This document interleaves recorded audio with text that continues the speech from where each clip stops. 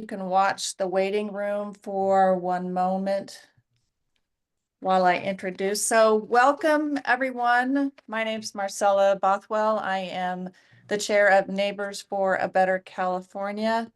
And so we welcome you this evening. It's going to be incredibly interesting. I've read his books and I'm very excited to welcome Patrick Condon. Let me give you a little introduction first, and then I'm going to quickly introduce our board, and then people have sent in questions from the registration, and so I have compiled those and made them a little bit more manageable, and so some of our board members are going to ask those questions, and then if we have time, we're going to go ahead and take more questions if we have time, and we haven't exhausted Mr. Condon. So with that, I am going to start. You don't have children, do you? Patrick Condon is a distinguished urban planner, educator, and author, renowned for his insightful contributions to sustainable urban design and city planning. With over 4 decades of experience, he has dedicated his career to addressing the pressing issues facing modern cities. Blending practical expertise with academic rigor, Condon serves as a professor at the University of British Columbia School of Architecture and Landscape Architecture, where he has taught since 1992, shaping the next generation of urban thinkers. His extensive body of work includes several acclaimed books, such as 7 Rules for Sustainable Communities and 5 Rules for Tomorrow's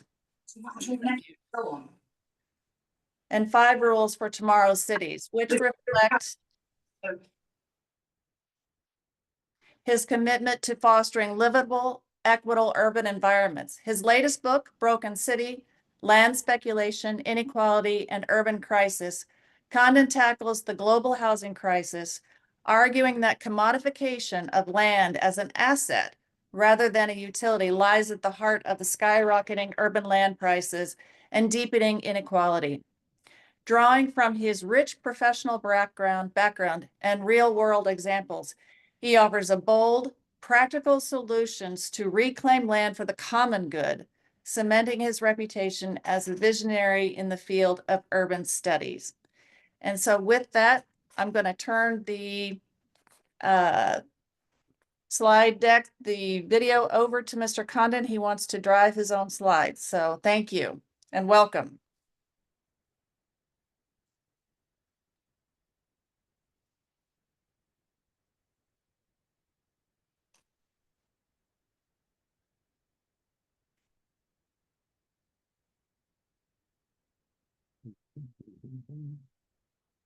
He's muted. Patrick, you're muted. Let ask to unmute. Okay, there we go. Is that good, Marcella? Fantastic. Perfect. All right. So I had just said I'm honored to be here, and thank you everybody for taking time out of your night for this. And the basic substance of my 20-minute talk is going to be around the things that are contained in my most recent book, Broken City, which basically has to do with the idea that it has to do with the idea that at the end of the day, it's not the building that costs too much. It ends up now being the land under the building that costs too much. And unfortunately, the methodology of choice in California and other parts of the world to deal with rising costs for housing for everybody, particularly our, if you're my age, our sons and daughters and even our grandchildren. The assumption is that there's some constraint on supply. Turns out that that's not really what's going on. It's the land under the building that costs too much, and adding new density inflates land price is basically the whole topic of this discussion and of my book, and what I hope we can talk about tonight relative to the challenges in Southern California But I have found that I have to start these talks with a little bit about myself, because if I don't, there's a lot of people who think of me as kind of classic NIMBY, who is given my gray hair and the fact that I've owned a house in the past, I must be opposed to all kinds of new housing, no matter what.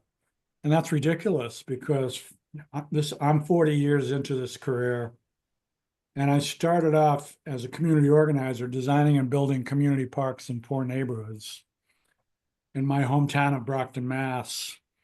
For me, it's always been about people and their land. Yeah, as Marcella mentioned, I've been publishing for a while. Again, the gray hair attests to the opportunity for me to do that. And almost all of it really is about how to add affordable housing into our existing cities, and to do so in a way that strengthens some of the other attributes of those cities on the side of sustainability, social, ecological, and economic sustainability. And that's what's at the core of all that. But that's the academic side of me. I have tied the academic side of me to actually doing real world projects. So in the case of my work in the Vancouver region, in one of our inner rings suburban communities, this is a project that I did in 2020, essentially. And it's a community for 5,000 people, and it was relatively high density compared to what was around it, and it included a lot of features, such as, as this article suggests, it was designed with kids in mind, so there was a social objective behind the design. There's a lot of features of it that are on the table and are still being discussed. And many of the people who have basically challenged my hypothesis that it's adding new density doesn't fix it, are also on the side of these kinds of things. And again, that's kind of the irony, because I've been doing this for 40 years. Protected riparian areas in that same community, commercial services always within walking distance, stormwater naturalization, and also, of course, schools within walking distance. Within walking distance, neighborhood parks within a 2-minute walk, for example. And in this view, down one of the typical streets in the suburban neighborhood, which I think is quite urban in terms of the qualities that it has. It's a walkable, friendly, and safe neighborhood. Eyes on the street, and a lot of research was applied to the design of these new neighborhoods, and this is the one that is the most complete. A lot of things that are being touted as a solution to our affordability challenges, like secondary suites and lane houses you see above the garage, a rental suite that is owned by the people in the building in the rear ground, and that building also has a rental suite on the first floor or on the ground floor. So that's really a 3-unit parcel, 2 of which are rented, 1 of which is owned. And the ownership is only affordable because there are the 2 rental units that help as what we call mortgage helpers to help that along. So this all got built, including things like separated bike and walking paths and so forth. The other thing I have to say, I am a scholar, I am an academic, but I am an empiricist. I am not a theorist. So I am not a PhD in real estate economics, but unfortunately I've had to delve into this world of real estate economics in order to understand why all of my efforts and the efforts of all the rest of us up here in the Vancouver region to grow our region and grow our cities in a way that was affordable ended up failing. So that has been the nature of my investigation, and the nature of my investigation is based on the empirical facts. Based on an empirical investigation, I have concluded it's always about urban land and how that land absorbs the value of all our good works above. And unfortunately, adding new housing units doesn't solve this problem. There are other solutions, but adding new housing units does not lead to affordability because the land ends up absorbing all of the value that that new housing density, if you will, provides. It was brought together for me for what is clearly going to be the last major book of my career in this question. If adding, as we have done, and I have done a lot of it myself, tons of new housing supply, if adding tons of new housing supply lowers home prices, Vancouver should have North America's cheapest housing. It has its most expensive. It begs the question why, and it certainly contradicts a lot of the discussion going on in many parts of the world, a lot of parts of the world, but California is a bit of a hotbed of this question, and in my view, providing the wrong answer to a very serious question. You see, in Vancouver, unlike any other North American city, we added tremendous density, and it's not just in the downtown, as this picture suggests. It's also more than half of that was inserted into neighborhoods in the form of mixed-use 4-story dwellings along commercial streets, duplexing and triplexing, adding lane houses. We were fortunate enough to have rear lanes that we could add housing to in the rear. So we added more housing than anybody else. We tripled the housing units citywide. No other center city has come close, not even particularly American center cities. No other center city has come close to what Vancouver has tried to do to supply new housing with the hope that it would be affordable for average wage earners. For a while it was. All these high-rise towers you see, when they originally started being built in the 1980s, were affordable for people that were essentially middle-class families. And in contemporary dollars, they would have been about $250,000 to $300,000. Now they're $1.5 million. So it's no longer affordable. So what worked for us in the beginning stopped working, unfortunately. We doubled population, we doubled density, and we tripled housing units since 1970. All of this is through infill. So Vancouver represents the best longitudinal study. Longitudinal meaning over time, so you can really see the influence of these changes. Longitudinal study of the benefits or problems associated with adding new housing supply to an existing center city. That's what this really demonstrates. It's a longitudinal study that demonstrates those consequences. So as you can see, 300,000 to 600,000, from 100,000 housing units to 300,000 units. Housing units tripled, even though our population only doubled. All through infill or change of land use in existing already occupied parcels throughout the city. This is not greenfield development where we expanded out across farm fields. This is all within existing neighborhoods that were essentially complete by 1970. And the reward for all of our efforts is represented in this graph. There is a lot of information in this graph, and it bears studying. But for tonight's presentation, I will only point to 2 lines. One is the brown line on the bottom, which represents inflation adjusted median household incomes in our city that obviously have not changed one iota since 1976. And the blue line, the darkest blue line, that says the prices, the gap between, also inflation adjusted, the gap between income in 1976 at 50,000 and 250,000 for our median home price was manageable for the average wage earner. But it is no longer manageable by the average wage earner. If you don't have, as I say in my lectures, access to the bank of mom and dad, you will not be able to afford a home in Vancouver, given dependence on ordinary wages. It simply is not possible anymore. And why? We're the ones that built all kinds of we added all kinds of new supply, me and people I knew on purpose.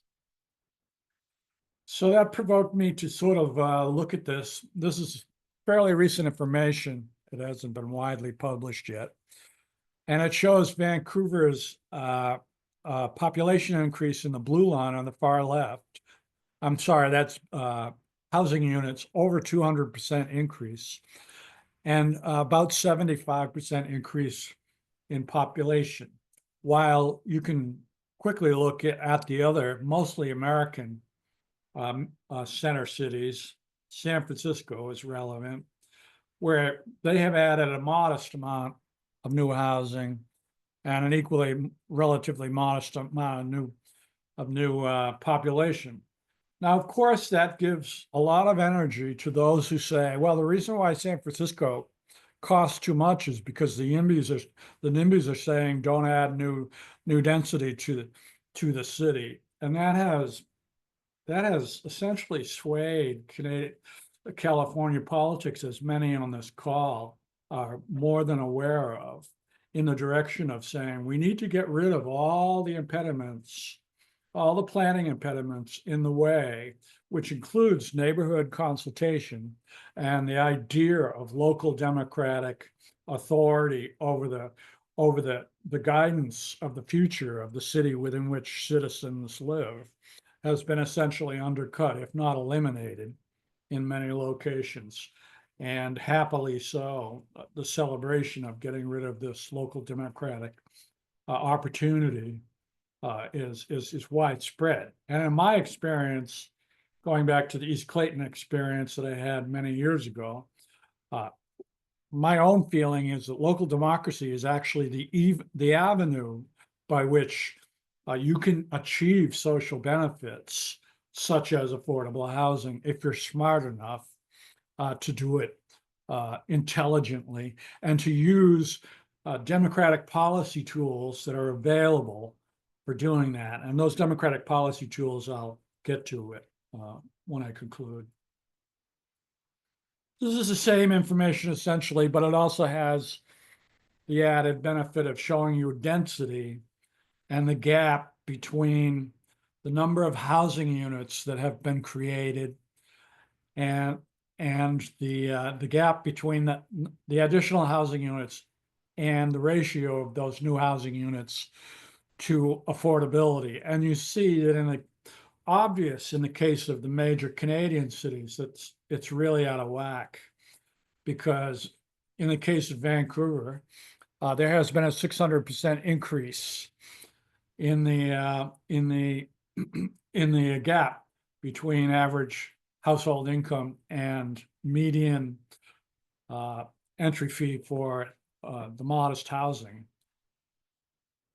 Los Angeles and Seattle and San Francisco are also noted that tend to correlate with what does not correlate here is, does adding new housing density lead to affordability?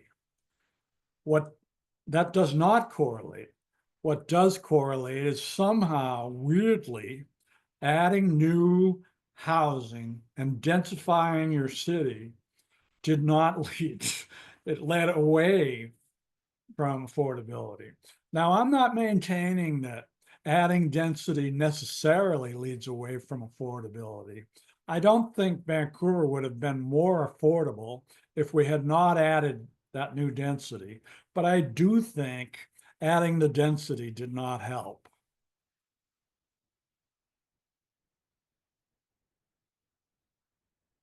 And here's the punchline is why. And there are very few um, of my colleagues, my other scholars in my field or other fields who are, I think, providing a good answer.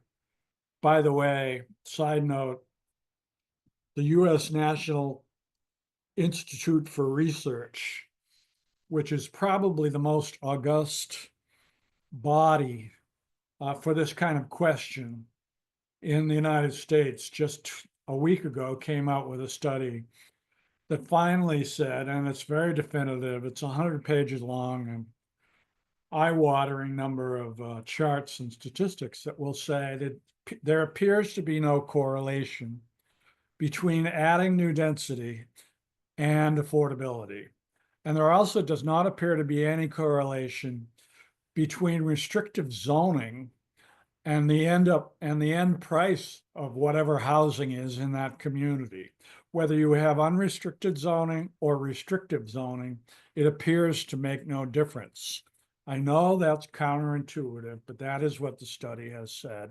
And that is what my observation of the reality of Vancouver and other places is also empirically suggesting to me. Why? This is a pretty handy chart to start to suggest why. This is a chart of the counties in the United States, and you'll see your own down on the lower left. It shows that if you're in the red, you're basically in a place where the land value is in the trillions of dollars. You qualify. It gets even more dramatic if you see that exaggerated to express the difference in price between non-urban land in the United States and urban land, which this next slide allows you to see. So I'll let that run for 10 more seconds.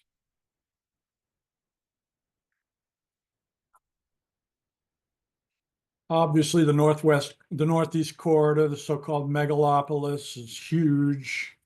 New York City, the dominant one. Washington, D.C. now figures in that. Miami, Florida, Los Angeles, obviously, and down to San Diego and other West Coast cities like San Francisco and Seattle also playing the part. You also notice that is concentrated on the coasts, in the coastal cities. Is really where this is happening. And this is not just an American phenomenon. This is a global phenomenon. Talk to people in Melbourne and Sydney if you doubt it, or Shanghai for that matter. There's an economic envelope around coastal cities that is forcing this land price inflation that is driving the home price inflation. And it's essentially global capital, some of which is coming from your own town, but people looking for investment opportunities. Might be their own house. They might be able to afford a $2 million house. And the reason why they pay that ridiculous amount is because they figure they're going to get 10% increase in the value of that house every year. And it's pretty certain that they will. So it's a good deal, whether you're an investor from Shanghai or if you're an investor from down the street in San Diego. That's the way that's real estate market globally is working now. Urban landscape, urban land, urban real estate is now the largest single fixed asset category in the world. So you have fixed assets like factories, equipment, and real estate. And real estate is by far the largest of those categories of asset class. It's the return on investment in that asset class has been extraordinary in the United States since 2008, and in Canada for a lot longer than that, such that anybody who wants to just live in a place is competing against the value of that, the attractive value of that asset class, both in your own community and locally. And its appeal is to people who have enough money that goes beyond their living expenses. So ordinary wage earners typically are not able to compete for that asset class, unless, as I mentioned before, they have access to the bank of mom and dad, which my children have, maybe your children do too, because if you're born in 1950, you ended up winning the lottery.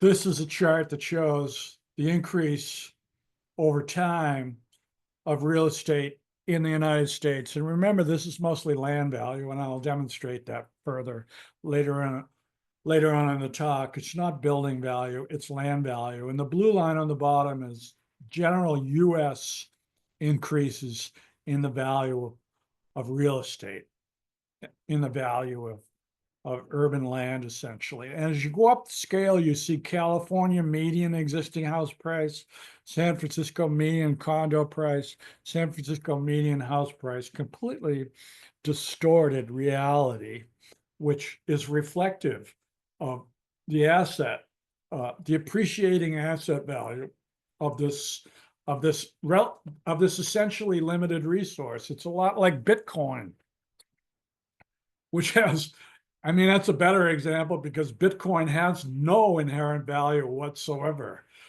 But the value of real estate is basically being judged similarly to the value of Bitcoin, and its appreciation is a consequence of the global faith in that value not being eroded. And so far, people have been correct. So land. Now this part of the conversation is about, well, why can't we just add density to a particular very expensive parcel of land that will dilute the land component of the new structure? And what we have found in Vancouver, and it's certified by looking at other metropolitan areas, particularly center cities throughout North America, is that when you upzone, it may not happen right away. The smart developer might be able to capture this increase, but when you upzone, the general consequence of upzoning is to increase land value almost directly in line with the increased public policy allowance. So when a place like San Diego says, we got to deal with this housing crisis, let's go through every neighborhood and quadruple the allowable density in that neighborhood, the evidence, the empirical evidence, and we have 40 years of this, the empirical evidence suggests that, unfortunately, for better or worse, what's going to happen is the land component of the final cost or price per square foot of the new structure, when you add that density, the land price is going to increase in a straight line. Before rezoning, land price 1 million, after rezoning, land price 4 million. Because the value of this is sold into the market at its per square foot interior price of $1,000 per square foot. While this product, similarly, when it finally gets to the market, is also going to sell for a per square foot interior price of $1,000. And the smart landowner, which might be the developer, is going to understand that dynamic, is not going to sell this new product for less than the market price. It's going to take the profit, which is essentially out of the elevated value of the land, consequent to the upzoning. Our own developers are getting quite disturbed by this, although they don't like to talk about it because they're often in the game of land speculation and so forth. So that's a whole other lecture. But some of them are bold enough to say this is out of hand. The consequence of this upzoning leading to a price not per square foot of dirt, but per square foot of what's called buildable value. So this is the key word. Land is sold based on its zoned buildable value. And when the municipality just says the buildable value is, the buildable amount is quadrupled, lucky landowner and unlucky purchaser, or it's kind of neutral for the purchaser. they still get it at $1,000 a square foot. So it doesn't lead to affordability empirically. What it does lead to is much greater value for the land underneath the building. Here's a very clear, I think, example of this. City of Vancouver, fortunately, we have the information on assessments is divided between the cost of land and the cost of between the value of the land and the value of the building. And what you see here is that in 2008, the land was roughly, in this case, twice as valuable as the building. In the interregnum, the land, the building has stayed flat in real terms, while the land has dramatically elevated. The reason why I'm showing you these two at the same time is because this example is a single family home. And the ratio here is about, I don't know, 8 times greater value for the land than the building. But you would think that when you get a higher density building, the ratio between the land value and the building value would decrease, wouldn't you? I mean, intuitively, you would hope that would happen. But if you look at the assessed value of existing buildings, you find that that's not the case. The ratio between building value and land value stays alarmingly out of whack from what it was in the past. So to your town, you don't have the luxury of such a beautiful, easily accessed and dramatic assessment website. So, but it's not that hard to figure out. So if you just go to your Zillow and look for empty parcels, of which there are a number in various parts of your city, and it's shown on the right in the red little pin. This is a $1 million parcel, and at the allowable density, which is FSR 0.9, which means that the building can have almost as many square feet as the parcel, essentially 3,300 square foot are allowed. And it turns out to be the cost of the land is about $350 per buildable square foot, right? So that's just land. Not too far away is this parcel. It's kind of similar neighborhood. This one with 3 apparently perfectly serviceable buildings at the 1.7 mark. And you might think, well, that's because the buildings are bigger. But when you look at it, it's a substantially bigger parcel of approximately 1/9 of an acre versus 1/12 of an acre. So on the same using the same methodology about how much is the value of that per buildable square foot, it's about $430 per buildable square foot. So it comes in a little bit higher than the empty lot, but not a huge amount, in my view, empirically, providing evidence that in your town, in this case, certainly it reflects a situation where it is land value, it is the driver, and it is zoned allowance, which is the governing mechanism for that price of that land.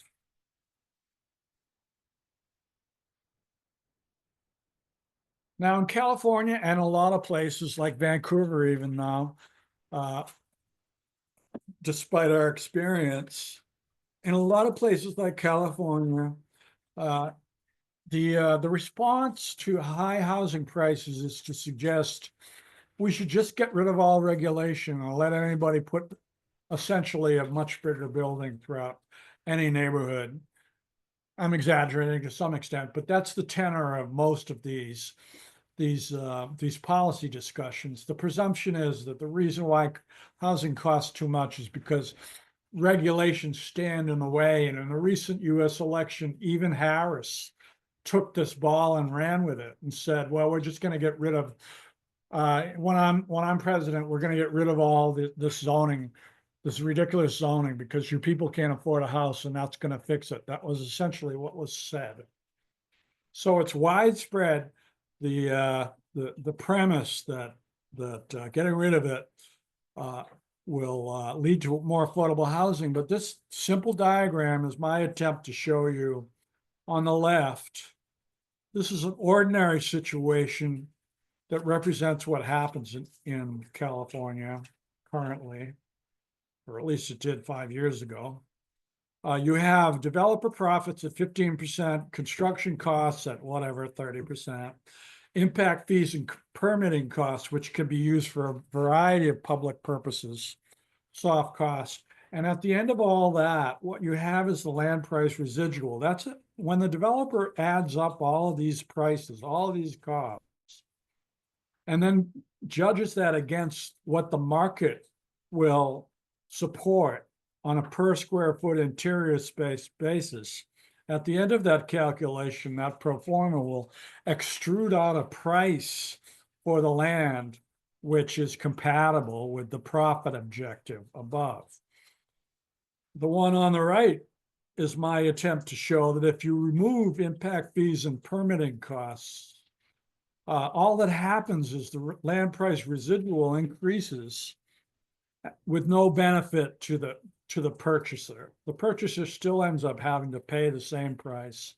And government has decided to remove a cost at no benefit to the public, but at enormous benefit to the landowner, whoever that landowner might be.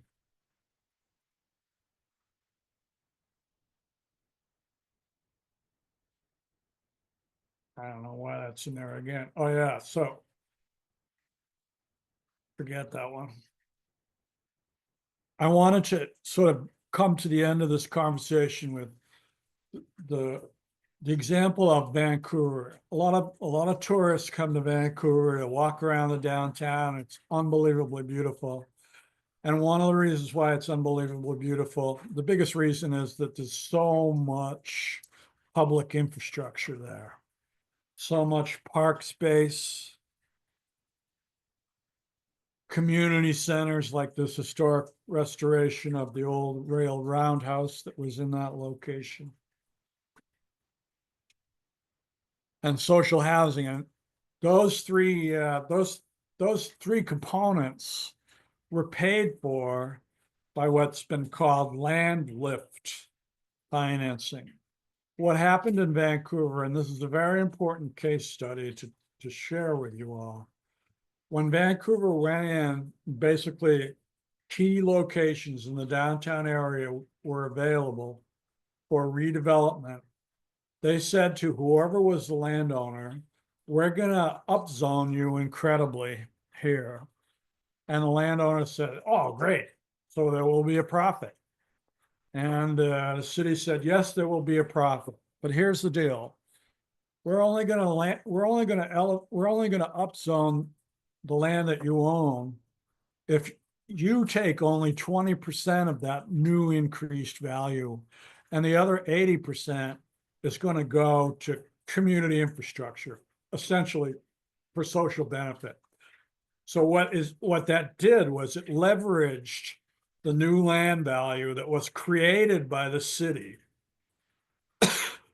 such that 80% of that new land value went to public purpose. The landowner might have complained a little bit, but I don't think so, because they still doubled the value of their parcel. Getting the 20% meant that they doubled the value of the parcel as a consequence of this new upzoning opportunity. That's a very Canadian example. It's un-American in that it was also very negotiated. I know a lot about the distinction between the Canadian situation and American. There are other ways to do the same thing in the American planning legal framework, but the essence of the idea is still the same. If the municipality is going to upzone, you create an opportunity for in return for that upzoning, logically and rightfully, the public has granted that benefit. The public has a right to a benefit. One wants to remember that land is not ever owned outright. What you own are rights to land, which are essentially government provided and government protected, such that land rights are fungible.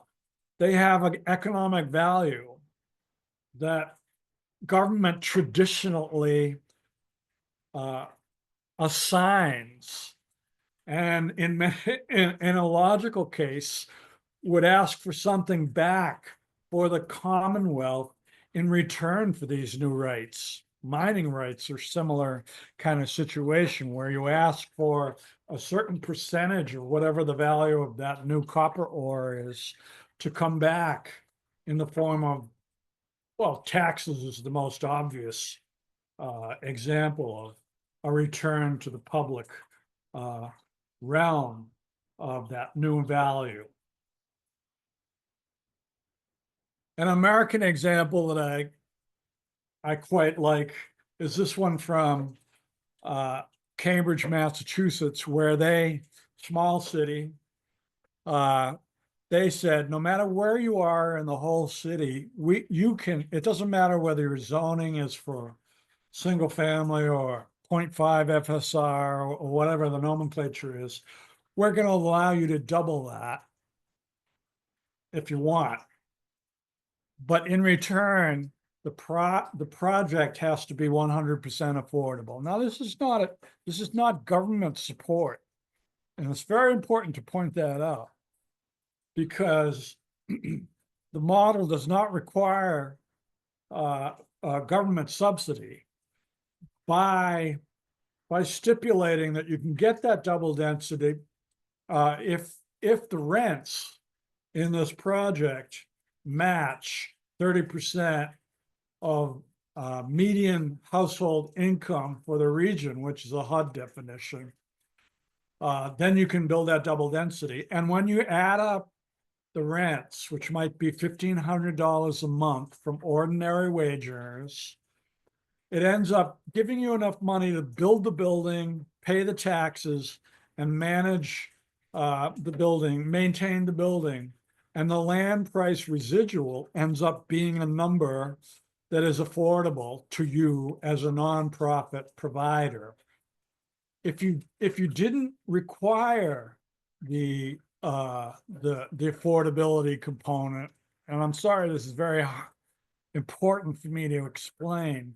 If you just said we're going to double the density throughout the city, the consequence empirically, again, would be that the price of the land would elevate to the point that the nonprofit housing provider could not afford to pay the land price residual. The nonprofit provider would be outcompeted by the market provider.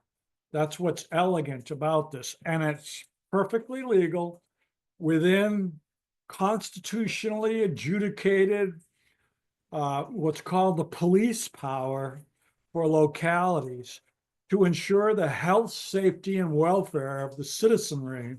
Zoning is the primary instrument to establish the health, safety, and welfare of the citizenry. I mean, you might put police, the actual cops up there, somewhat higher than zoning.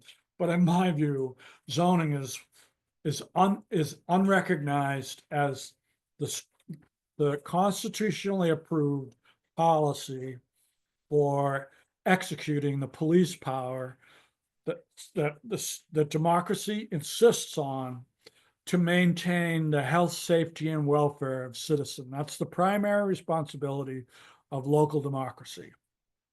So this particular policy strategy, called the Affordable Housing Overlay, is grounded in that incredibly important principle. Winding up, the great thing that they did in Cambridge, which I recommend to all municipalities, is when you go into some neighborhoods and you say, we're gonna double your density, the immediate reaction of people in those neighborhoods is to say, the hell you are. Because the level of confidence among citizens in neighborhoods is justifiably not high. You know, when such a strategy is put on the table, and I think many people listening in tonight are also in that category. What they did in Cambridge was to spend 4 years going out into neighborhoods and saying, basically, the phrase I like to use to explain this, they probably use different words. Basically, this is housing that your sons and daughters and the service workers who we need to stay in our community can afford. That's the nature of this proposal. And under these circumstances, this will achieve the social objective. And in addition to that, we are sensitive to your concerns about neighborhood quality and historic preservation, and many of the things that are crucial to a well-run community. And therefore, we bring to this an understanding of appropriate architectural interventions that are appropriate to your neighborhood and the history, and that don't feel bad if they're right next door to your house. It took a long time to build that confidence throughout the neighborhoods, but they did build that confidence and were able to achieve it. I think that's the proper level at which this kind of initiative to create affordability ought to happen. It shouldn't be the state or the federal government, for that matter, coming in and saying, we're just going to get rid of all local controls, and on the assumption that the development market, the real estate market, if left unfettered, will produce the nirvana of affordability, which empirically does not seem to be true at all. You cannot find that. And that new study by the National Institute of Research verifies what I and many others have been saying for a long time. My last bumper sticker, what all this leads to is a very simple principle. Don't just upzone hoping that you'll get affordability as a result. Insist on it. The economics work better if you insist on it. Again, using the Cambridge example to suggest that the economics has to be a strategy to manage where the problem is. And where the problem is land price inflation as an asset class that has nothing to do with its utility value to the local community. But policy mechanisms are available for you to insist on affordability. And there are development entities out there, many of them called nonprofit housing providers and non-governmental organizations and so forth, and housing co-ops that are anxious to participate in the solving of this affordability problem, but they're being outcompeted because we're giving away this land value for nothing, for no community benefit whatsoever. And that's my spiel, that's my story, and I'm sticking to it. That's my book. Wow, that's amazing. It reminds me of, science. You have a theory, and then you have to test it. And sometimes when things get tested over 40 years, they don't come out how you think they should. Your hypothesis fails. And so, you have to then reevaluate in a realistic manner to solve the problem. And it seems that we now have some real data, and we need to start convincing people to look at the data and listening to you, I'm going to have to watch this again and again, so I can get it clear in my mind. But listening to you gives us the education that we can then take out and arm ourselves and tell people, because what we don't want to do is, the 40 and under, it's just, I almost kind of think it's a fraud on their well-being for the rest of their lives, that they believe that this is more density is creating affordability, and you've proven from data that it hasn't. I'm going to make a quick introduction to our board for Neighbors for California. I went and just have them raise their hand. Carl Rand, Esquire. He's a tax law attorney. John Terrell, who is very valuable. He was a planning director in Riverside, California. Raise your hand. Scott Chipman, president and CEO of Design Synthesis. Charlie couldn't make it tonight. He is graduating this month from SDSU and is very passionate about housing for his future. Karen Ventimiglia, president of Eventi, which is an international event management group, and she's been helpful with this tonight. Jim Sinks, who is a local periodontist, and Peter Weef. I don't remember if I let Peter in, but he's a financial executive in the biotech industry and on the trustees of the La Jolla Town Council. We have gotten some questions from folks beforehand, and so I'm going to ask John Terrell to unmute and start. We have 4 classifications: densification and urban growth, land speculation dynamics, that's Carl Rand's, policy solutions, and then finally some questions on the broader context and narrative, and that would be Karen. Some of these questions may or not be as relevant given what the presentation showed, so feel free to kind of adjust that. And then I know there's some questions in the chat, and Carl's been looking at that, and so let's see if we can get some of those. So John? Okay, some of the questions, as Marcella said, I think were answered in your presentation, but I want to start with one about the experience in San Diego, where we've had extensive densification of zoning and a fairly good and increased construction, but most of that construction that high density construction has been in rental housing. And so our experience over the last 10 years has actually been that rental prices have risen slower than inflation, and ownership prices for single family condos has gone up 2 to 4 times inflation. And so I don't know what the experience was in Vancouver, or what you think are some solutions to provide more affordable ownership housing, not just more affordable rental housing. Yeah, again, empirically, throughout 100 years, really, rental amounts tend to be lower per square foot than your monthly mortgage payment on something you own.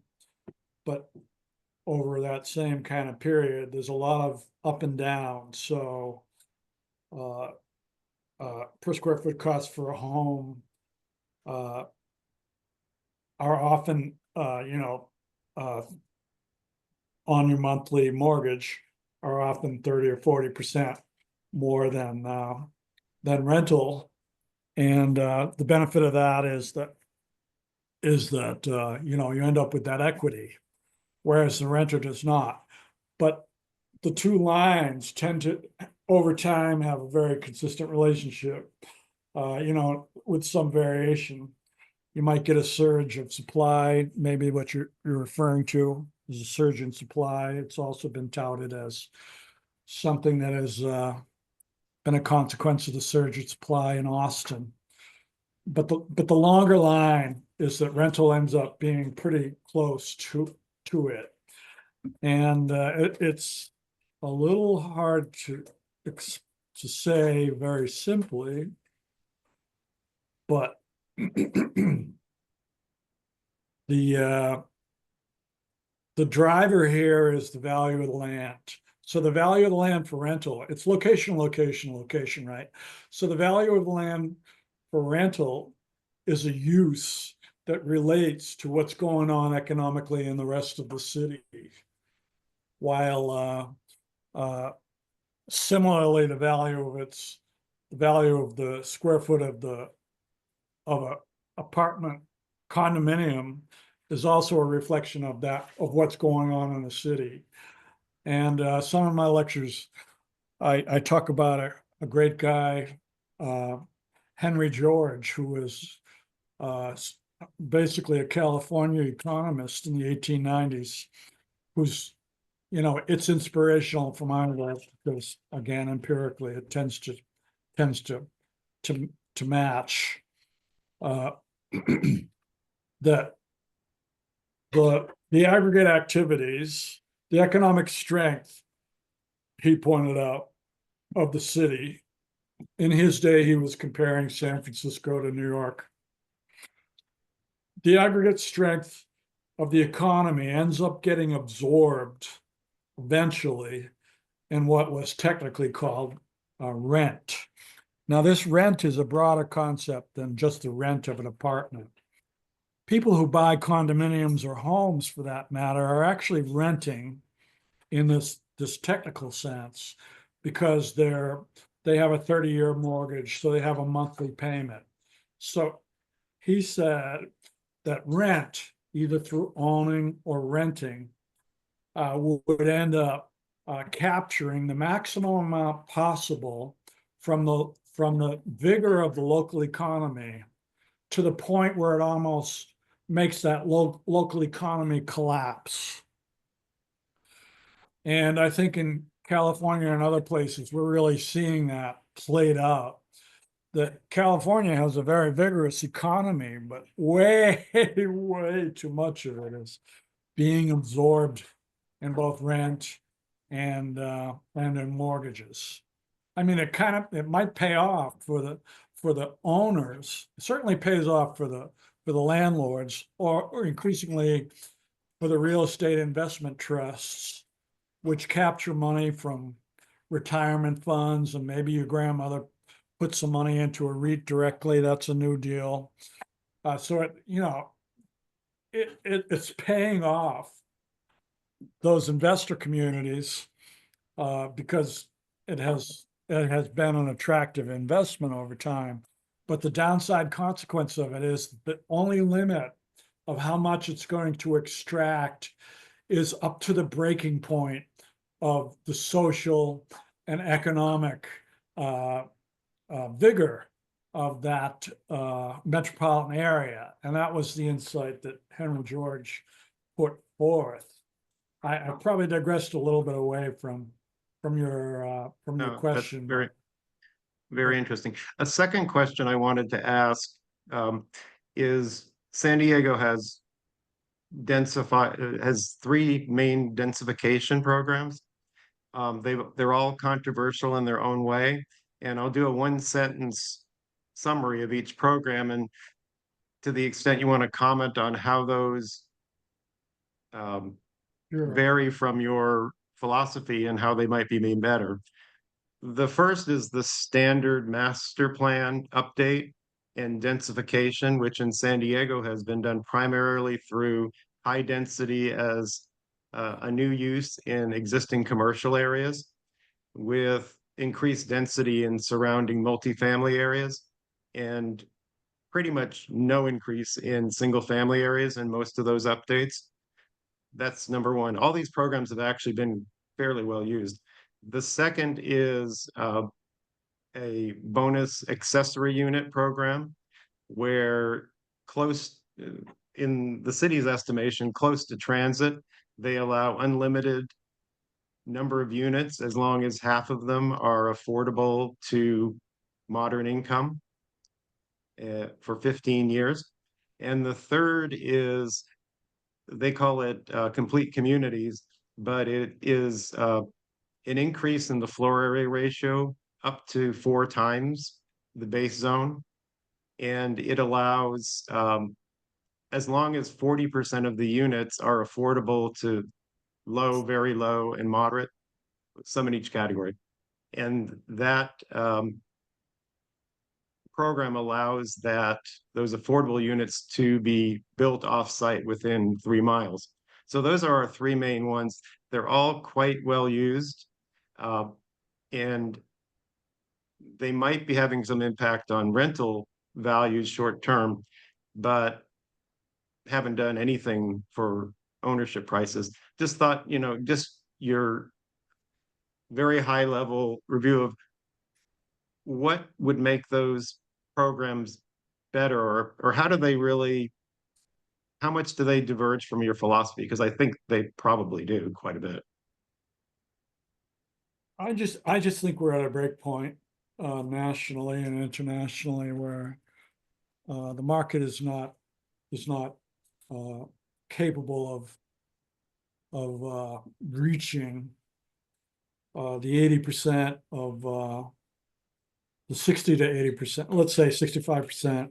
The market is not capable of reaching 65% of those who would like to own their own home anymore. The statistics amongst the 40-year-olds and the 30-year-olds are really troubling, because it shows that demographic is below par in terms of accessing home ownership. Again, unless they have the resort to mom and dad. In the case of Vancouver, more than 50% of our first-time home buyers are actually funded by the bank of mom and dad. So,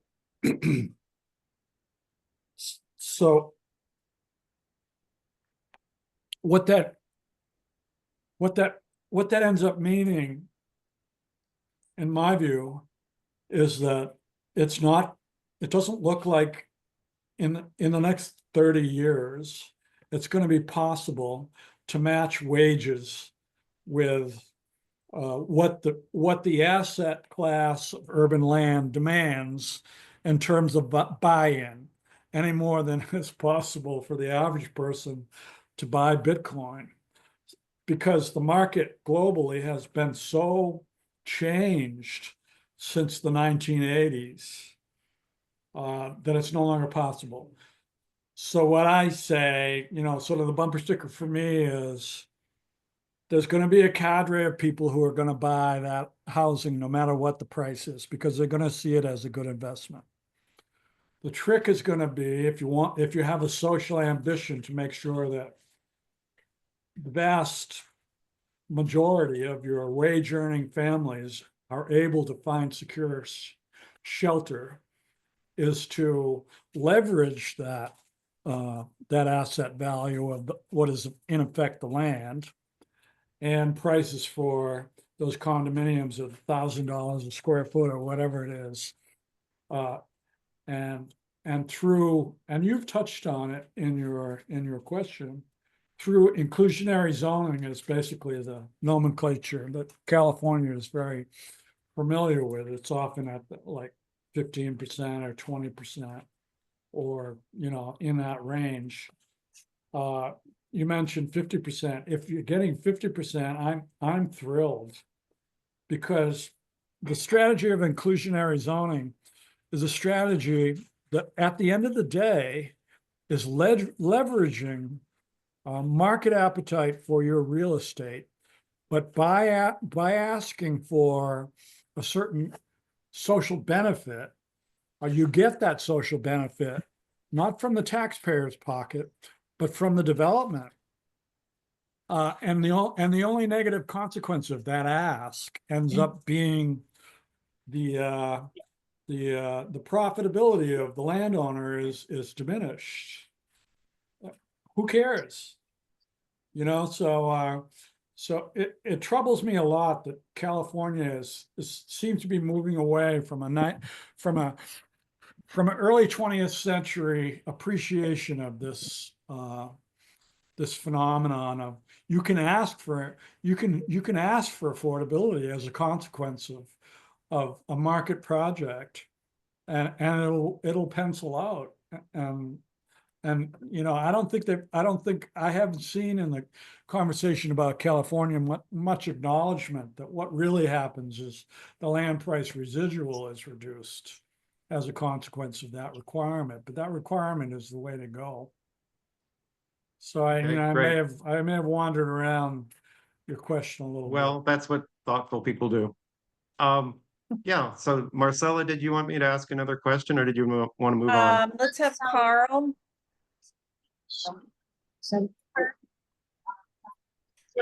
All right. Carl Rand, Yeah. yeah. Thank you. Thank you. And Professor, thank you very, very much. This was fantastic. Thank you. It just kind of reinforces a lot of things that I thought all along, just mentioning that, along the coast, it's like the dirt is unaffordable. So That's right. the only way you can make housing affordable on it is to build something that's intentionally undesirable. As I've been telling people that for a long time. There was a question in the chat that kind of relates to the question that I was going to ask. Somebody asked, if you triple the housing units, but only double the population, is there an increase in vacancies? And that kind of ties into a question that I was going to ask. You mentioned about global capital, which is definitely present, I think, in San Diego. And was wondering whether you think that, and it probably leads to a lot of vacancies with people just kind of treating housing as investments rather than where they're living. But what is the significance of that? And do you think that efforts to, for example, impose a vacancy tax, would those have any meaningful effect on housing prices? And also, another people are saying that vacation rentals, pull out some of the housing stock, and so would banning vacation rentals, would that have a meaningful effect on housing prices? What are your thoughts on that? Yeah, I think those, first of all, the data, most of the explanation for the tripling of housing units and the doubling of population can be ascribed to the change in household size. So we went from a household size of roughly 3 to a household size of roughly 2. Mm. That does not explain it entirely. So there's a gap of 10 or 15% that is hard to get your arms around, and nobody here in BC has been able to fully do that. The pied-à-terres, the Airbnbs, the people who don't even care that their unit is empty because the 10% appreciation on a $3 million condo, it doesn't matter if you don't get any rent because you sell it in 5 years and you made 2 additional $1 million. So keep it empty. It'll be in pristine condition. On the issue of Airbnb and vacancy tax and all that stuff, first I want to say that BC did do that, and it seemed to have it's having a little bit of benefit. It's having a benefit, but for me, I see those issues and responses as a symptom of the much larger phenomenon, that if you got rid of all that stuff, you'd still be in the same boat, because the asset value of the land resource, the land asset, is influenced by much broader phenomenon than that in these special places like Vancouver and San Diego. So keeping your eye on the ball, which would be, oh my God, it's our land that is being sort of taken over by global investment here, at the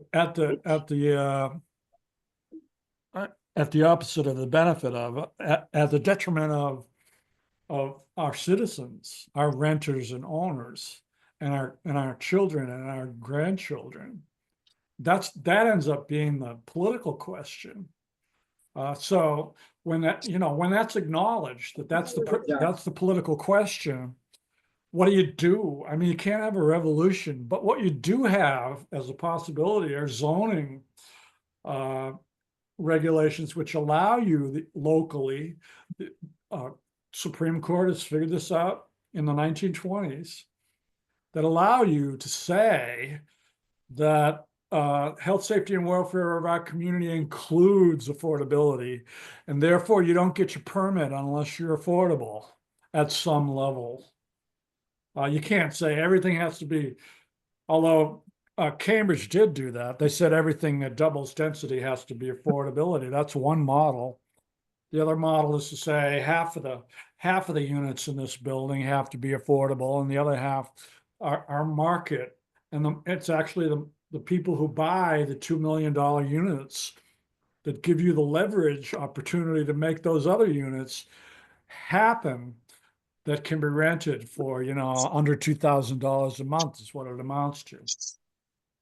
I also wanted to say, I forget who it was, but I'm remembering now, this idea that it's affordable for 15 years is the worst idea ever, because 15 years goes by so fast.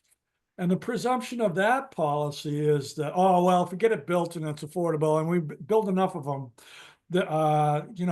after 15 years go by, they'll still be affordable. The evidence does not support that faith in the eventual affordability of that building once that 15-year requirement is passed. So you end up having to have some kind of deed restriction that is overseen by a non-governmental organization. It can be the city, but the city is typically a lousy manager of that kind of thing. And I don't know. I recommend it's better to have a non-governmental organization like a co-op or like a non-governmental organization that has a charitable obligation to make sure that these units are always affordable to people at making median wages, median household income. I think this is very important because we're not talking about housing for the poor, which is a need. So that's basically 15 to 20% for a whole set of reasons deserve support, at least in my view, right? And that does come out of the taxpayer. But this other category of affordability, if you manage zoning policy and land price inflation and your requirements using tools like inclusionary zoning, you can meet those objectives basically by leveraging the market. And who gets hurt? Again, only the landowner who doesn't make as much money as they might have in the absence of a public obligation. Thank you very much. And thank you again for your insights and your time. Thank you for the So question. we have questions 9 and 10. Scott, do you have it, or do you want me to ask Scott, are you there? I don't know what happened to him. So I have a Yes, but question. I'm not following the question, sorry. Oh, okay. Okay, let me just ask. So in San Diego, it's not, half is overstating our affordability. What they normally do, in at least the density bonus law, is it's 15% affordable just in the base, not the whole building. Could you suggest a narrative that we could use for, they say it won't, the developers say it won't pencil out. And so what we've gotten in this turquoise tower is 5 units of affordable housing and 213 of market rate. Yeah, we get the same problem up here, and I know it very well. When they say it won't pencil out, they say it won't pencil out because I have to pay $500 per buildable square foot for the land, right? You have to really interrogate them to get them to reveal that fundamental fact. The land price per buildable at $500 is twice as much as the cost to build that square foot of space, roughly $250 per square foot if it's a wood frame construction. So the fact that they say it won't pencil out and yet do not reveal the fact it won't pencil out because my pro forma assumes $500 per buildable square foot. So that 1 acre So that 1 acre or a lot is, it's like $5 million or whatever it is. So that goes into their penciled out pro forma, and they say, I've got nothing left. However, if the public entity, which in this case is the city, like in the example of Cambridge, says citywide, new economic deal here. We're not letting the market for land run roughshod over us. We're basically understanding that, okay, the land costs $1 million an acre. We just don't want it to go up to $2 million an acre when we upzone it. So in order to manage that, what we're going to do is say, we're going to double the density allowed, but you have to keep it affordable to this income, 30% of median household regional monthly income. So that becomes the pro forma. So instead of starting with the land price and the pro forma builds up from that, you start from the appropriate rental housing cost at 30%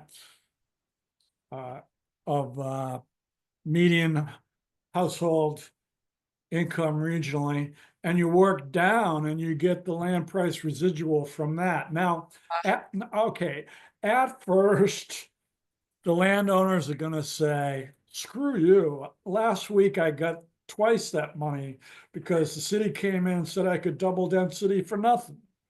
So unfortunately, what I'm recommending requires some willingness of the citizens through their elected officials to say, I'm sorry, but the game in our town, in accordance with a whole set of legislation that goes back into the 80s in California in particular, on the issue of inclusionary zoning, we're gonna only double the density on we're only gonna forevermore. We're only going to double the density if we get X amount of affordability.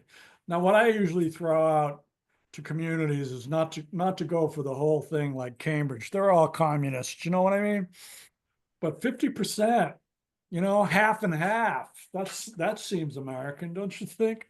Half affordable forever, and the other half, they're bought by the market, and these lucky people who buy that other 50%, I hope they make 10% a year, because it looks like that's going to happen. It looks like the support for the asset value of market real estate, even in condo product, is gonna hold up. I mean, I might be wrong, but it sure looks that way. Karen, you want to ask question 13? Of course. 13. How long does it take for market rate housing to become affordable? And what can be done to maintain naturally occurring affordable housing when developers replace it with denser market rate housing? I think that I'm sorry, but I think that we will wait forever for market rate housing to become affordable because of this new circumstance globally that I'm talking about. It didn't exist 20, 30, 40 years ago, but now it does. And it's hitting certain places like San Diego, like a sledgehammer. So, and that it's a new world, and it does not appear to be adjustable. And if you accept what I'm saying, there will be a consistent problem in winter cities that are very dynamic economically, like San Diego. There will be a consistent problem of it'll never match average wage earners' salaries with the entry fee, either for rental really, in an appropriate way. I mean, the barista is probably going to be able to rent a place if they have three roommates and they're devoting 50% of their income each to the rent. They can probably buy into one of these new rental places or rent into one of these new rental places. But it appears, and it's not just a California issue, it's not just an American issue, not a North American, it's a global issue. it appears that there is this huge global separation between wage earner salaries and what the market is demanding, both for rental and home ownership product. And they're getting away with it because the asset value of the land is giving them confidence that they can get this return either from the bank mortgage or from the monthly rent of the three baristas. Mhm. I had one other question, which was in your book, you talk about CLTs. And it's, would love to know if anything about strategies you might recommend for CLTs in urban areas facing the significant land speculation. Have you found places that it's effective? Karen, can you explain to everybody a CLT? Community land trust. Yeah, I mean, community land trust is excellent because my whole thing is about the land, right? So the community trust, the community land trust movement, they're my people. They totally get it. If you could just get city land that would be a public resource, that would be great, because then people can put their building on that city land and they can either rent it or own it. And if they own it, when they sell it, they're only selling the building, which is great.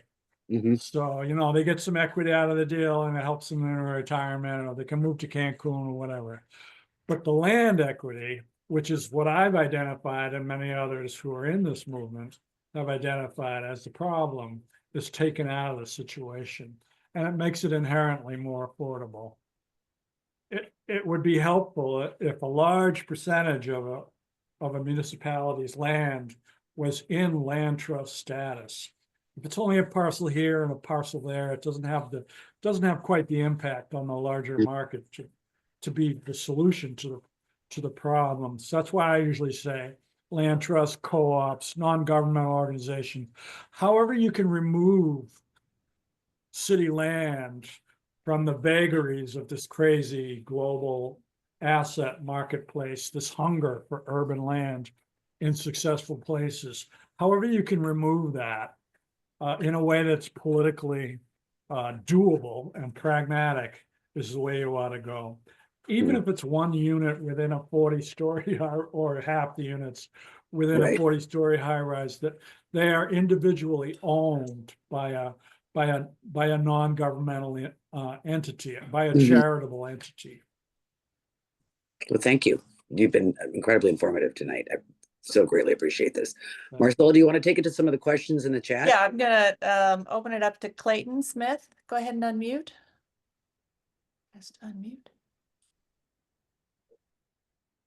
Clayton?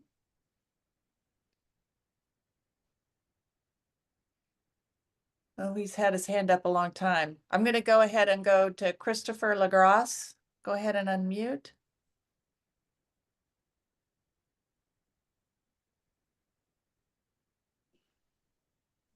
Can you hear me? Yep. There we go.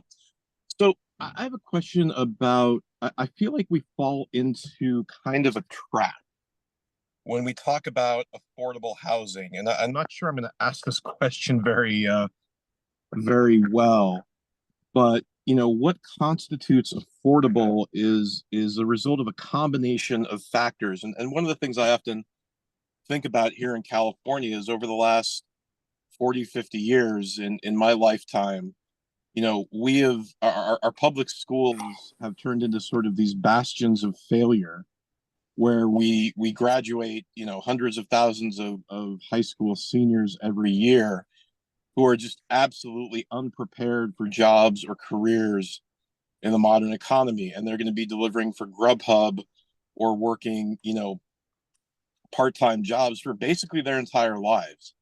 So when we talk about affordable housing, can we zero in on a better definition? Because to me and my pea brain, it seems like kind of a moving target. What was affordable in 1995 is very different from what's affordable today. So how do we account for those many, many variables when we talk about quote unquote affordable housing?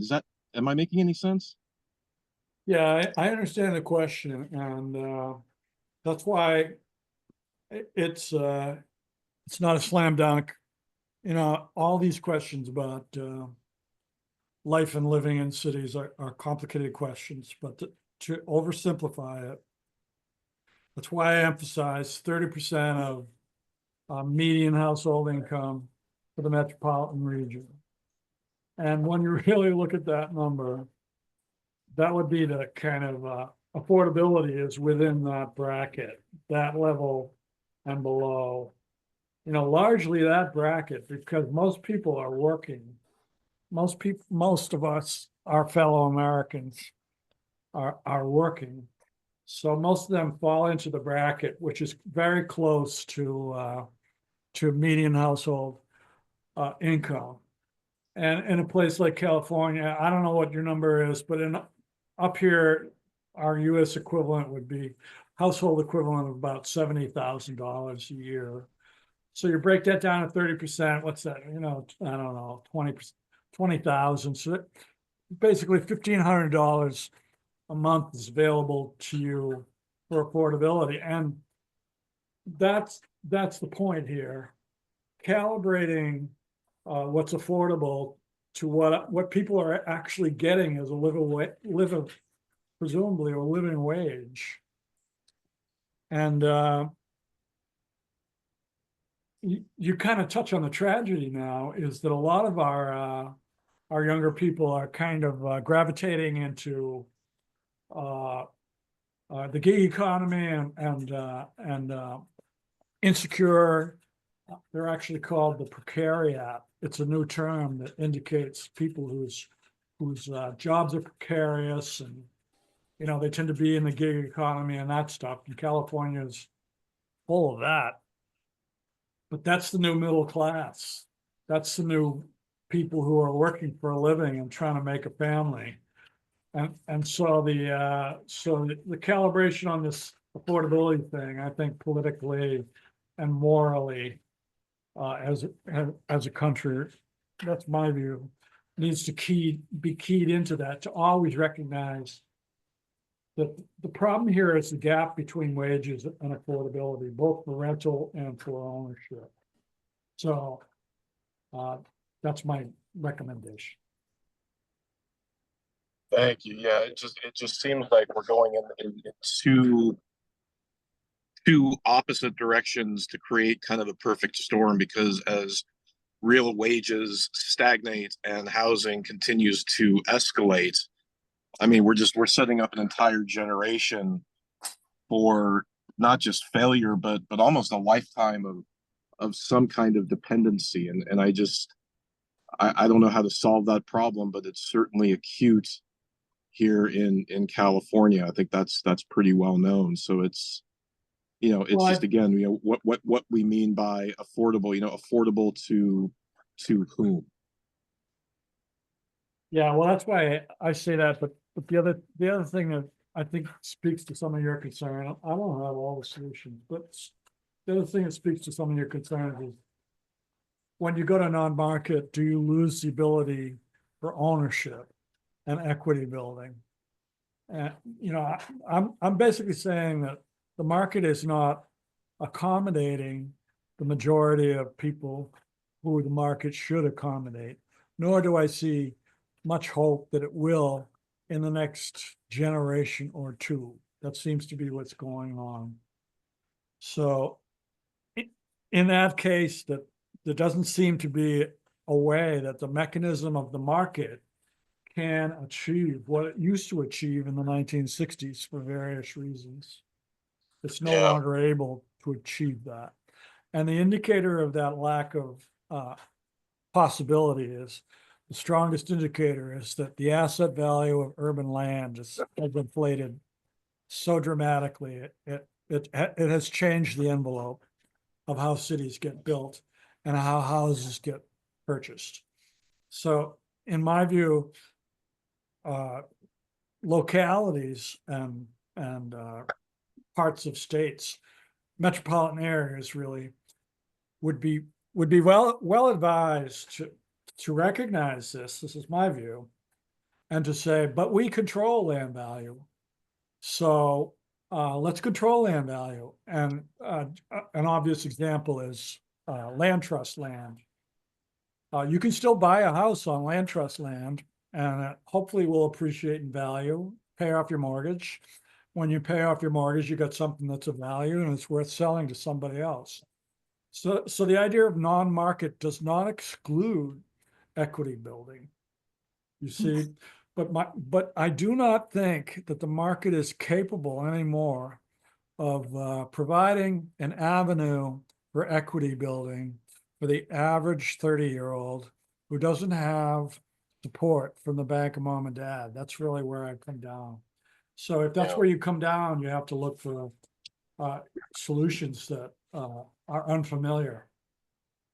Well, and I'll just add, and then I'll shut up. But I think, if we had real transit solutions where people could live in some of those outlying areas and make a reasonable commute, to expand the supply of available land for home ownership, where you're not stuck in Los Angeles proper, but maybe you can live out in Pacoima or out in Antelope Valley, and if there was a robust system that actually got people around.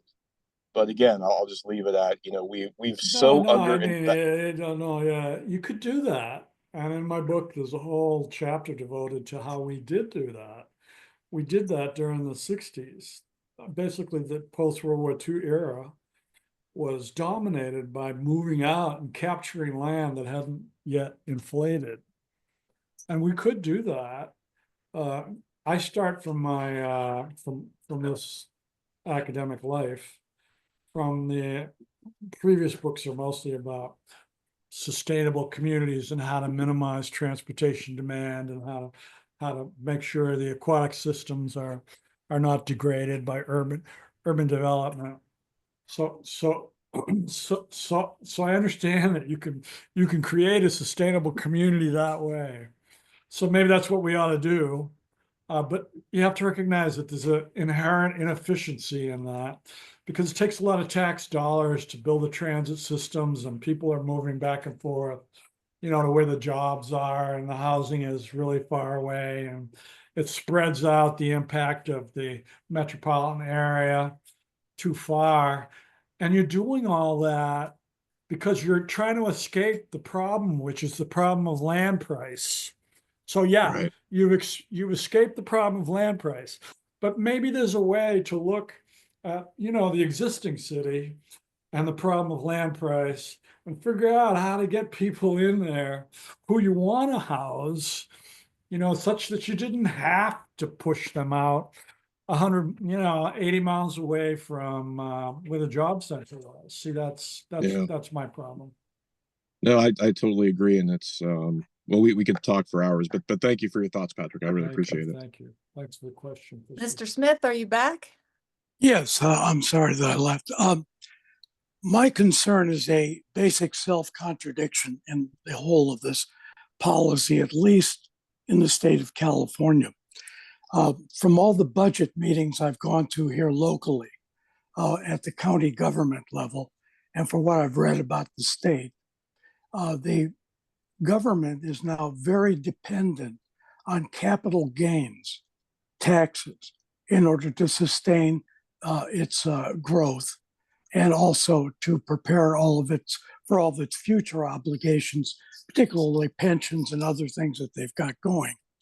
And so if you're building creating projects where you're limiting the opportunity for the government to reap substantial capital gains from the sale of these properties, you're not benefiting the coffers of the state.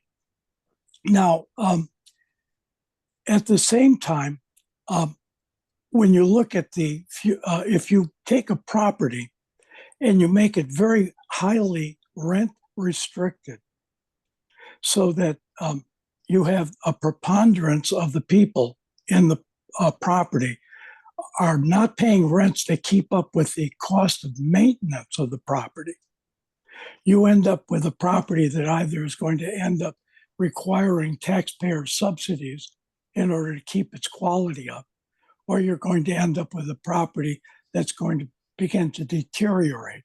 And eventually, that's what I come from back east. So I saw a city disappear, literally. And I can visualize bringing these kinds of properties, these projects in with this high level of rent-controlled apartments units, and having it look good, be scalped by developers at the outset, and end up back on the expense ledger of the government. The local government will then ask the state, and of course, because of the decay in the area that will surround it, the capital gains potential of that land value we're talking about will begin to decline. And you end up with the kind of pathologies that I saw. I grew up in Cleveland, and I think. So, And Mr. Smith, I think you're asking Mr. Condon if there's any strategies on these, when you do a top-down kind of rent control on these areas, are there strategies to prevent the deterioration of the building? And, you know, we've seen it in, say, New York, and they end up being slums. And no, we don't want that in our neighborhood either. Yeah, well, well, also, I was asking about the issue of capital gains, our dependence on capital gains, a lot of it because of Prop 13.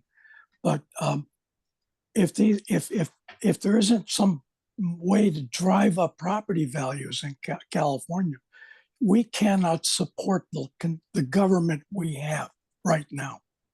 That's a fact we're looking at now.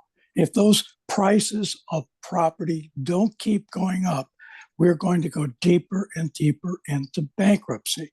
And this is as I say, it's a contradiction. They're saying one thing, but the policies they're pursuing are contradict what I think their underlying motivation is. So I'm done. Thank you. yeah, you want an answer to that? Yeah. The capital gains thing is a symptom of the disease, I think, that California and other places, the tax structure depends on ever increasing value of real estate, right? So there's an incentive to keep that going. That's a much more fundamental thing to talk about, and it would take a lot of time, but that is, all I need to say is dependence on capital gains is a symptom of the same disease that I'm talking about. Second thing I want to say in response to your question, it's really, at least in my view, it's not like poor people we're talking about. It's the middle class, which I think, looking around at the people on this call, is basically us, but it's our kids. And it's the life that we sort of enjoyed, but it's becoming increasingly very difficult for people that are younger than ourselves.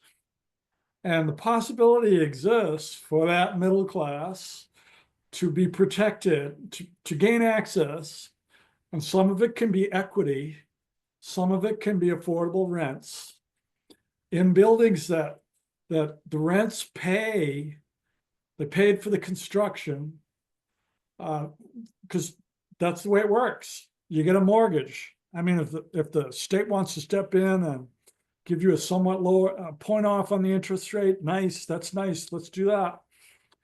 But the construction is paid off by the rents.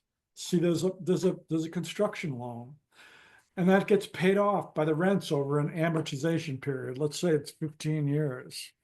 And then subsequent to that, the rehab of the building also comes from the rents. And the economic analysis on that looks at living wages or median household income, as I keep emphasizing, how much really is that?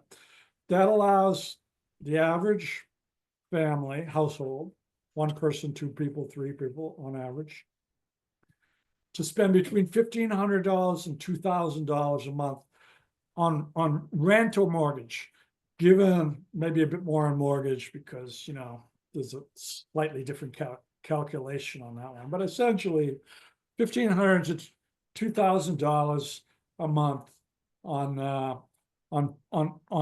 paying for the whole thing, on amortizing that obligation. And this million models, the equity of that paying off that obligation can end up in the hands of the nonprofit corporation who subsequently rents your unit to somebody else at an affordable price without depending on taxpayer subsidy. Because you see it's been separated from the real estate market, so it has a different set of circumstances. And if one is, you know, it's I don't have a better solution, but the solutions that most people are offering, which is to just open up the floodgates of supply and everything will fix itself, is clearly not true. So I don't have a perfect solution, but I think better than opening up the floodgates of supply, which I know won't work if your objective is to make housing affordable to the average Joe, then you ought to consider, particularly for people who don't have access to the bank of mom and dad, you ought to consider setting up a larger inventory. You already have an inventory of non-market housing. I don't know what percentage it is. A larger inventory. In Vienna, it's 50%. In Vancouver, it's 15%, most of which is co-ops, by the way. Begin a process of your solution to this problem would be better. It would be a better idea if you said, under these circumstances, the market can't fix our problem.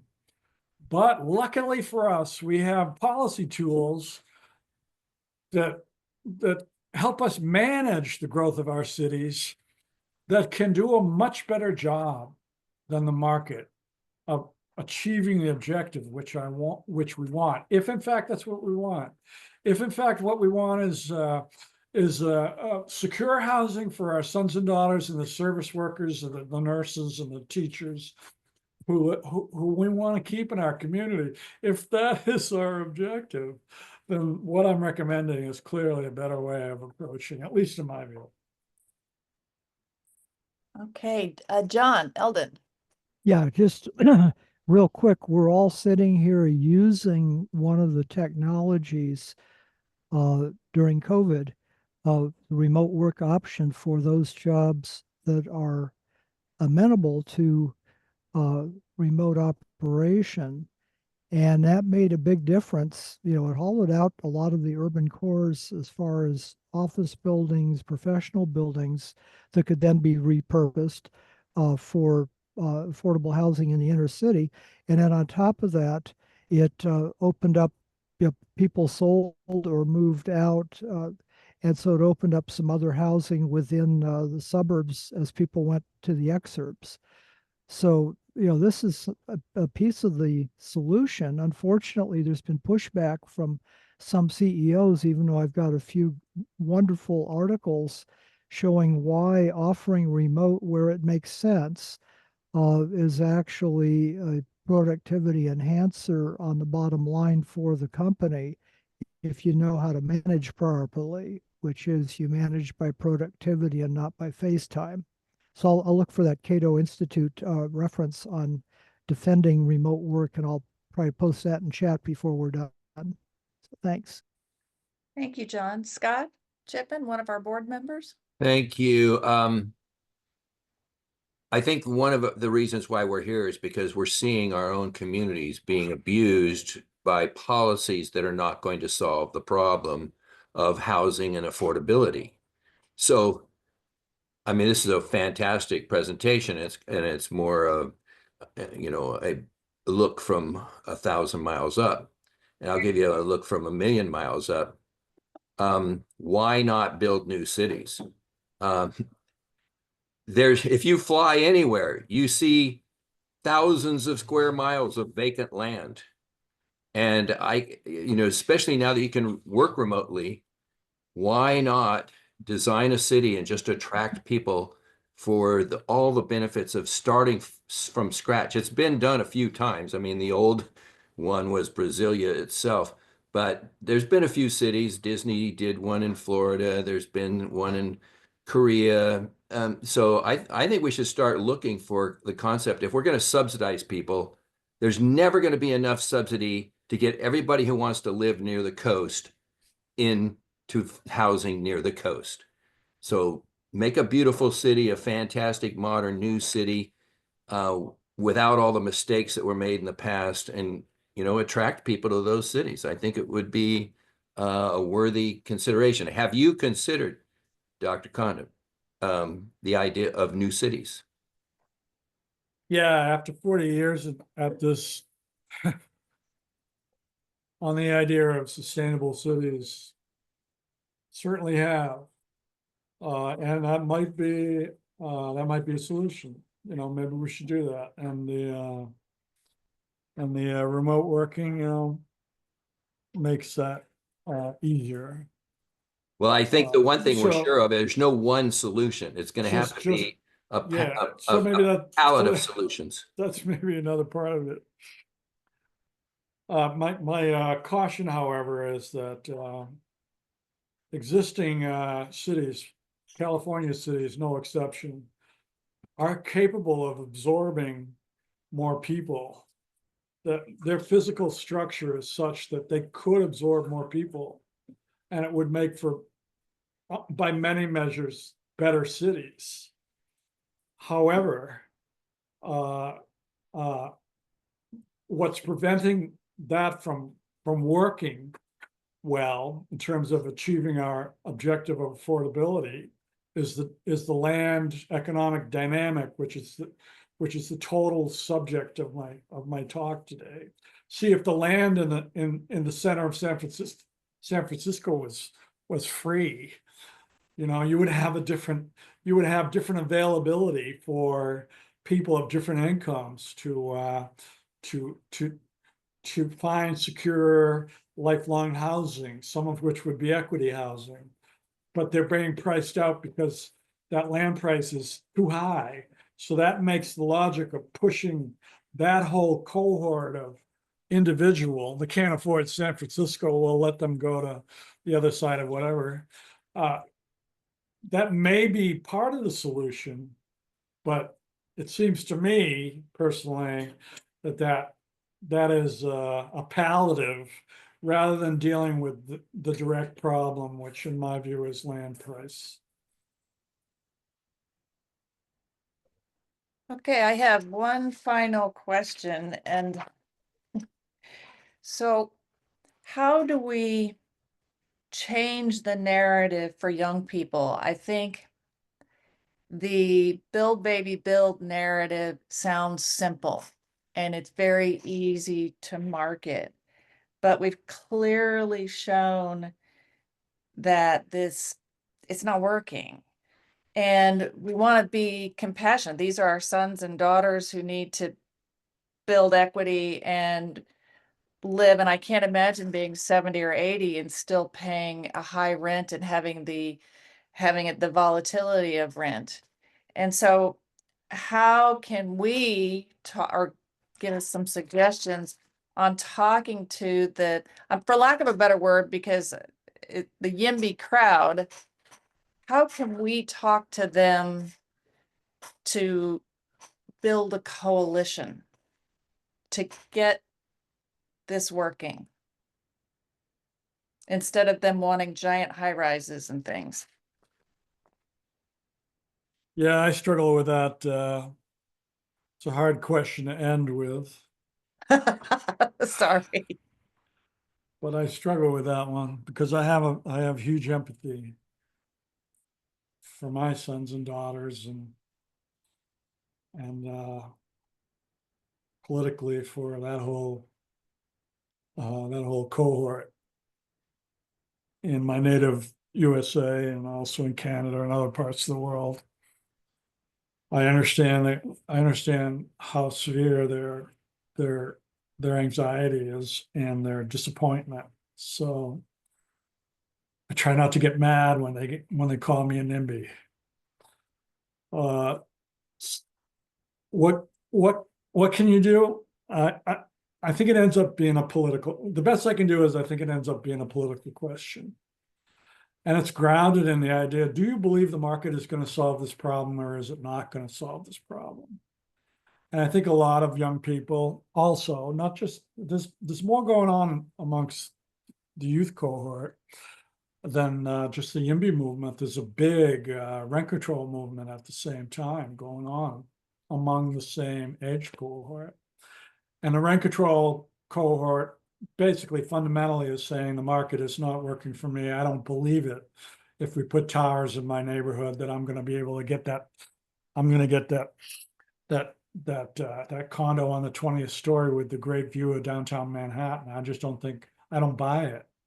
So there is this kind of debate going on now, and that I'm trying to point out, if the only reason you're increasing density is for affordability, I'm sorry, pick another strategy. I may not have the exact answer, but pick another strategy, because it's clear to me that strategy is not working. Pick another strategy, find another way. Now, I'm an old guy, and I've been around, and my conclusion is under these global circumstances, the best strategy of the moment is to insist on affordability as a consequence of municipal actions to increase density. You don't increase density unless there's affordability coming back at you that you can certify is definitely going to be affordable, and it's not going to go away in 15 years. That would be my strategy. And California, for example, has been doing that at a marginal level of 15, 20%. There's no reason why that couldn't be increased. Unfortunately, I think they're looking at decreasing it rather than increasing it, which is really makes me want to cry, because the beneficiaries of that are the landowners. It's not going to benefit the developers. It's going to benefit the landowners. The lucky developers who also own land, they're often the same people, but just on the development side, it doesn't benefit them to reduce the inclusionary zoning requirement, because the developer just says, how am I going to get my 15%? And what are my numbers going to be? And if it's got an inclusionary component, they just build that in, and they build that in when they figure out the land price residual. They just build it in, and if the numbers don't work, they don't do the project. Basically, what really happens is they go back to the landowner and they say, I'm sorry, I can't give you $1 million for this acre. I can only give you 500,000, and then my numbers are going to work. And the landowner is going to go, oh, shucks, my big payday didn't happen this time, but I didn't lose any money, so I guess I'm okay. Under present circumstances, though, I tell my students the best at the end of the term. I've got a lecture tomorrow. I'm going to say the same thing. It's going to be my last lecture of the term. I say, well, I've been telling you all this stuff, but the situation is really serious. It's really serious, and it's really impacting your generation. And unless you have access to the bank of mom and dad, I really feel sorry for you. But on the other hand, I have basically given you the treasure map. If you want to make millions, get into the land speculation game. Forget development. Get into the land speculation, because under present circumstances, oh my God, look at these charts from Vancouver. Look at the increase in that value. It's ridiculous. Nothing has increased that way. Not gold, not stocks. Nothing has gone up 600%. So anyway, that's maybe a more appropriate way for me to end this conversation. Basically, thank you for your attention. I want to say thank you so much. We so appreciate your time. On our website, we have your book, and I'm going to pick up 7 Rules for Sustainable Communities and 5 Rules for Tomorrow's Cities. We need to support your work. I mean, it's amazing. And without this, we would be flying blind. And that's what I feel like we've been doing, is flying blind. Thank you for that. Thank you for your attention. I'm very honored. Thank you, and I may send you some follow-up questions. Oh, okay. Professor. Yeah, sell a lot of books and I'll answer them. Okay, okay. With that, thank you for spending your evening with us, and we absolutely so much appreciate it, and getting lots of clapped hands and things. So All right. Thank you thank you all. and have a Thank you. good evening. Thank you. Bye-bye. And thank you guys for putting this together. This was fantastic. Thank you. Thanks. We're going to have more and more meetings like this. The Army is coming together. Woo-hoo. And Let's go. Marcella, I sent you by email, as well as having posted in the chat, the Bureau of Economic Research paper to which Dr. Condon referred earlier in his conversation. And Fantastic. invite you to distribute that to people who might be interested. Yes, we need to do that, absolutely. I will find that. I think it will download, but I want to find it before. Yeah, it'll download. It's a fairly small PDF in spite of the length of text. And I also excerpted the conclusion, which makes people want to read the intro and the conclusion and skip the middle unless you're an economist like Michael Barnes who can understand all that stuff. Well, I may have been known to read a few scientific papers like that too, but Yeah, well, tell this ya. one will get you. Anita, do you have the AI podcast that came with it that people can listen to? I will send that to Marcella if it's okay with Mr. Barnes, who is on the call, because he got special permission from the person who created that to share that with us, Chris. So Michael, can I forward that to Marcella for distribution to the group as well? Can you hear me, Anita? Yes, I can. It's fine. I'm sure that's not a problem. Okay, then Marcella, there'll be Remember- a follow-up email to that one with an AI piece that's really helpful. Oh, that's great. What's shocking about that AI piece is those are not human voices talking to each other. Those are synthesized voices. But it's hard to tell. It's a little eerie, but it's pretty it really scary. helps understand the paper. Yeah. And by the way, Michael, I owe you an apology when I was talking about developing in the Antelope Valley and external places and sprawl. I saw you grab your hair. It's not what I meant. Oh, no, I squeezed in a quick bike ride before this meeting, so I'm just trying to make my hair more, it's been smashed under a helmet, so I'm just trying to make it look less smashed under a helmet. Well, you look fabulous. Oh, hey, Very well, thanks. attractive. Oh, I think I found it in the chat. Okay, excellent. Yeah, but I All sent right. it to you by an email. There's a separate email, and I Oh, will send good. you an additional follow-up email, Marcia. Oh, Okay. good. And I'm gonna end the meeting and I'll get the chat download. Did you repost Okay. it? I don't see it in the chat. Mary Eliza, I'll send it to you. Okay, thanks. And Marcella, you and I will talk tomorrow, I hope. Yes, absolutely. Awesome. Looking forward to it. Okay. Cheers, everybody. Good Thanks, night. everyone. Good Thanks, night. everybody. Good night. Exciting meeting. Good night. Good night.